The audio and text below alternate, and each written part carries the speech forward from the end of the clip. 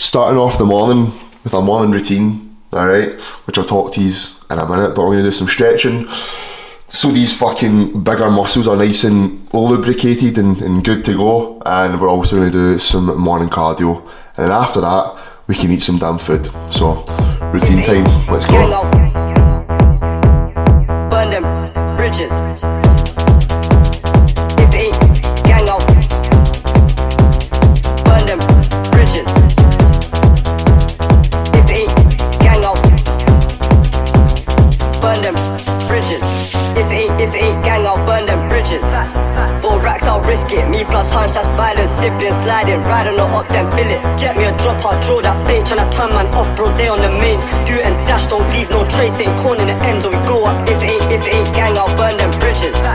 4 racks, I'll risk it. Me plus hunch, that's violence. Sibling sliding, riding or up, then bill it. Get me a drop, I'll draw that bait. Tryna turn man off. I'd like to think that we're getting pretty damn good at these fucking intros, man. Currently, I just got a coffee machine for Christmas. Listen to this. Wow, man, that is a really good latte going down.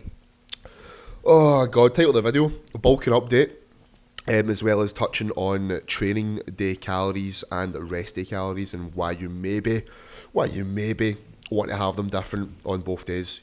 Maybe not, but maybe. Another upper body session here. Done some cable press here. I'm feeling strong, man. Feeling really good.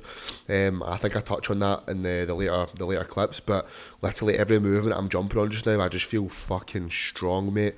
That cable press is a really nice machine, man. Really nice setup. You basically get the benefit of like a press and a fly in the one movement.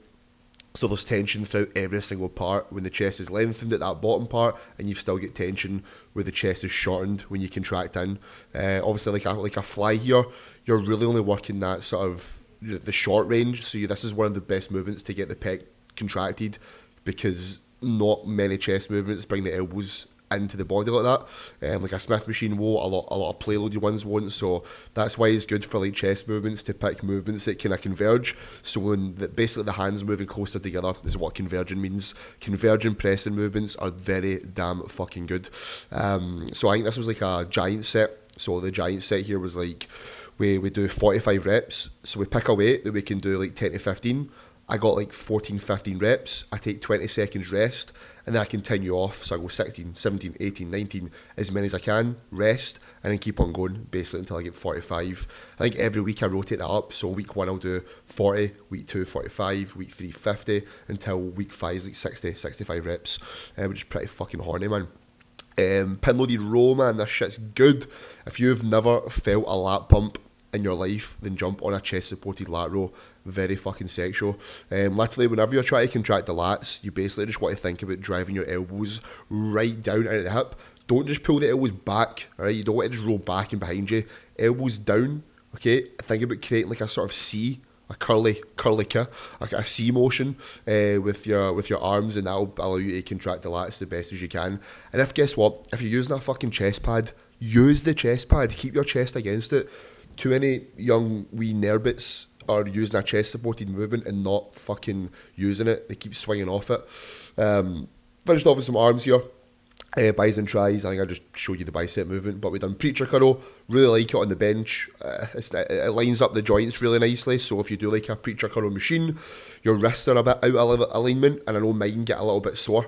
So this doing movements single arm allow better joint alignment, and usually mean you can isolate the muscle that little bit better. Alright, is it marginal? Yeah, but all those marginal gains add up across 3-4 years of training.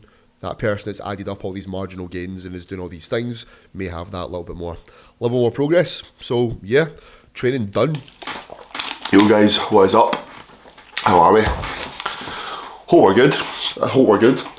What I'm going to do for you right now is give you a bulking update. I don't feel like I've really given like a kind of in-depth update of where I'm at, where I was when I started the bulking stuff. So I've now been bulking since when? I've done my photo shoot, and if anyone hasn't followed the process of the photo shoot, obviously you're too late now, but if you look through some of the old videos, there's not a shit ton of videos on the channel, so if you look through some of the old videos, you'll see that there is some documentation of the photo shoot prep, and there actually is a photo shoot prep day video So if you want to watch that and see what the whole day was like as an experience and see some leanness and on you go. But we got down to a body weight, so peak bulk, I'll put a photo on the screen. So I'll put a photo on the screen here somewhere, and this is what I started the photo shoot prep on, okay? Up at 106 kilo, 107 kilo. We then dieted for 15 weeks. And throughout that 15 week time frame, we got down to that, okay? That's where we got to, and that was 100, so kilo wise, that was 90, was that 88 kilo? 89? I'll put up the kilogram number because I can't remember off the top of my head. 107 down to I think 88 kilo, I think it was 88, 89, within that range. We're now, as of this morning, we're 98.5 kilo. So that puts us 10 kilo up since reversing out or slash pushing up since the photo shoot, which is nice. So that's been since August time. So the photo shoot was the 10th of August, and then the rest of August was just kind of using, we put food back up to maintenance, so we weren't really pushing up body weight completely. It was probably September time we really dialed in, and I jumped on board with my new coach, which is Christian Physique Collective. If anyone doesn't follow this guy, give him a follow. What a man. My absolute baby. He's helped me get a fucking decent looking physique so far. So bulking since September, October, November, and we are now on December the 22nd, so 4 months worth. 4 months, 10 kilo up, 11 kilo up, which feeling good, man, feeling good. Here's a wee physique update of how I was looking whatever day, it was either yesterday or whenever. I'll put up a wee video on the screen just now.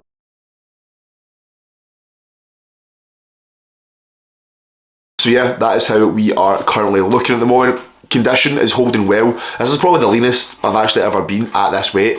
Last time I was this weight, pushing up, like a year ago, I was fat, okay? In fact, here's a picture of when I was last at this weight.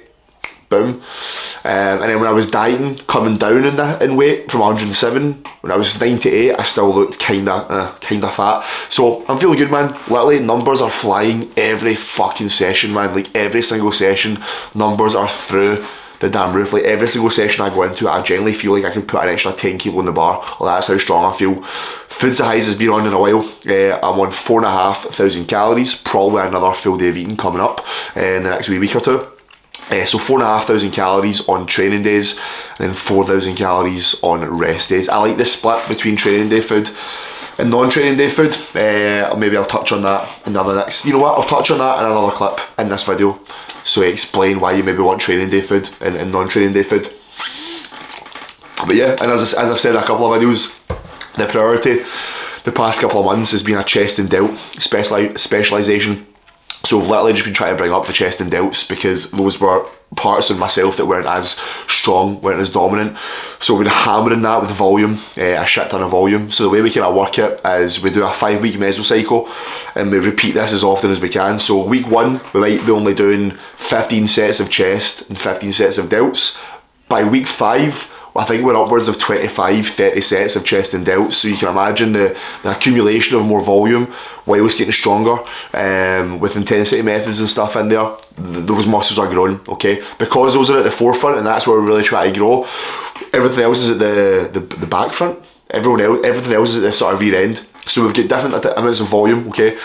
You've got the minimum effective dose of volume, which is the least amount of workload you need to grow. For most people, it will be between around 8 and 12 sets a week, okay, depending on how well you recover, is how much that muscle needs as a minimum to grow, okay?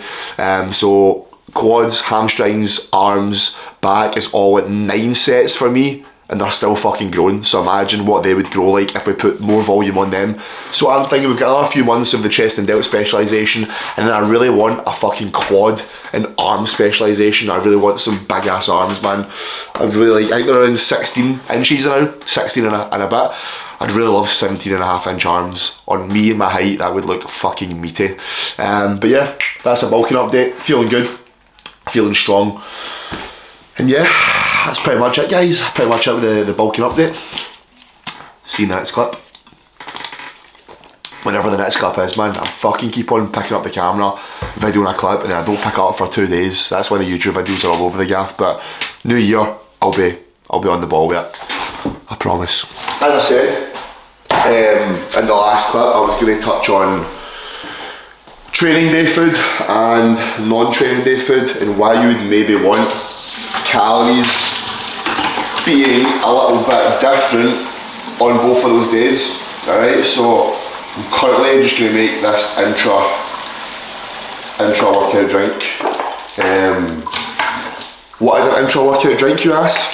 Well, I've actually got a video up on it on my Instagram, so why don't you watch the Instagram reel and find out what an intra workout drink is. Or did I just tell yous, man? Did I just tell yous? Okay. It's literally just a carbohydrate powder, so I put the carbohydrate powder in my drink when I train, because when you are as fucking swole and strong as myself, but when you get a bit stronger, or even just anyone in general, like when you're putting yourself through demanding training sessions, your body depletes and burns through glycogen, just carbohydrates essentially. So by you having a carbohydrate powder when you train, you're constantly replenishing that glycogen that you're burning away in your session.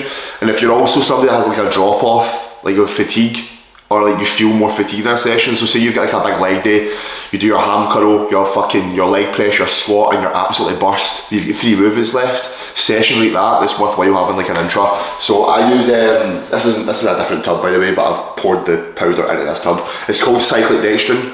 Alright, I'll put a wee screenshot up here. This is where I get it from. I get it from bulk, and it just passes through the gut lining very damn fucking easy, so it will digest really well, and you're not going to be left with a shitty stomach when you are when you're training. So I usually put that in about a litre and a half of water and sip it through the whole workout. Yeah, that's an intra workout drink. You don't care about an intra workout, do you? You want to find out about rest day food and training day food. So what is the difference? What is the difference? So literally the only thing, I'm going to talk over this while I make my intra workout drink. This is some fucking Breaking Bad shit with the funnel and stuff. But the only difference I'll have on those 2 days is the calorie content, and usually the carbohydrate goal. So on, like, put it in simple terms, do you think your body burns more calories on days that you train or rest days? Yeah, you're right, you burn more when you go to the gym. I wonder why that is. Maybe because you do a fucking training session. But yeah, that'll be when your body burns more. So on days that you don't burn as much, do you then need to have calories as high? Nah, you don't. Now don't get me wrong, you can't keep calories the same every single day. Absolutely all good, it will still work. It's still fine. But the reason why I like to do it is for a few reasons, okay? First one being, as I said, you don't burn as much, so your body probably doesn't need that many calories or as many calories on rest days. So if you're maybe in like a bulking phase, you might then, your rate of gain might be a little bit higher, because you might gain a bit of weight after a rest day because your food is pretty much the same and you've not burnt as much. That's why I like doing cardio on rest days, because I can still keep food at a decent level. I sound like a damn junkie. The next reason is going to be for when you are dieting and when you are also bulking, okay? Now, I'll talk it in terms of if you're doing a bulk. So if you're bulking up in calories, okay, and your food's getting really fucking high, let's say you're on 4,000 calories, 4,500 calories, and you're eating that every single day, right? Your appetite is eventually going to take a bit of a hit. You're eventually going to, your body's going to be a bit more insulin sensitive, okay? Meaning that your insulin sensitivity is probably going to decrease, so your body's not going to be as good at utilising the carbohydrates that you're eating on a daily basis if your food's really high. So by having, a day or two in the week where you've got a rest day, by having your calories a little bit lower and your carbohydrates, there's a squirrel, man. So yeah, by you having your calories a little bit lower and the carbs a little bit lower, it gives your body and your digestive system a rest 2 days in the week where it's not constantly pounding down all this food and all these carbs. Don't get me wrong, as your food gets higher and higher and higher, so your rest day food, like they both go up and up and up.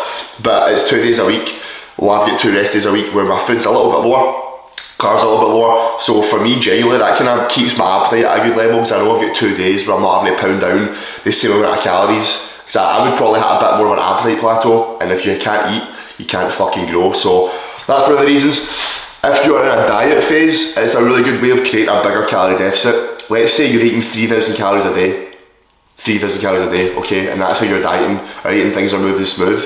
Instead of dropping calories off of every day, you might just implement rest day food. So you've now went from eating 3,000 calories 7 days a week to now eating 2,500 calories 2 days a week. So that's 500 calories less across 2 different days. So you've created a bigger calorie deficit, all right, and you also don't burn as much. So yeah, it's a tool that you can use for dieting. It's a tool that you can use for your GI health, as well as your appetite and insulin sensitivity. So I like it, I've always done it, and I just do it. I'm not going to give you, that's as much detail as I can go into, I think. I don't think I've missed anything out.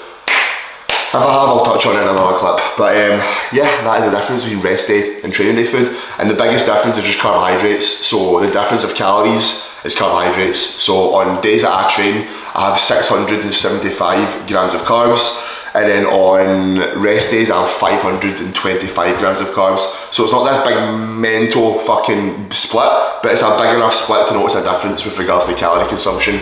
And it's a nice wee reset. Waking up on a rest day knowing that I don't need to pound down almost 700 grams of carbs and my stomach will be absolutely... So yeah, that's it. That is it. I have just made intro workout drink. I'm going to sit on my can of Monster in 5-10 minutes, drive to the gym, and we'll get legs and delts, baby. Legs and fucking delts.